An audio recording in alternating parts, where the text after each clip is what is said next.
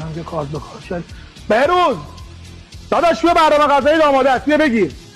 داشتایی دست در نکنه، الان دارم میام. آقا وحید نمیشه این مرغ و گوشت و تخم مرغ از برنامه غذاییم حذفش کنی؟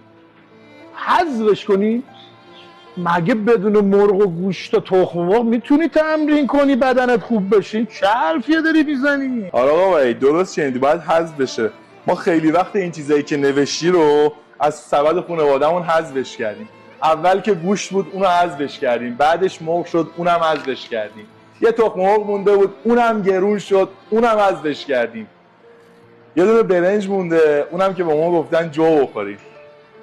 آقا وحید من دارم میگم یه برنامه غذایی برای من بنویس که وسعش به من پایین شهری که عشق تمرین دارم بخوره.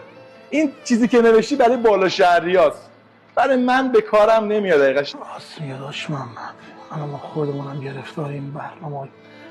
داداش بالام این ورزش یه جوریه که باید بخوری باش بتونی تمرین کنی، وگرنه داداش داری آب تو هوای میکنی.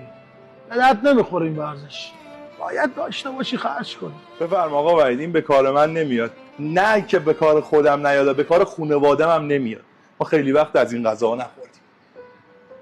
آقا وحید منی که 10-15 تومن حقوقمه اصلا اشتباه اومدم باشگاه.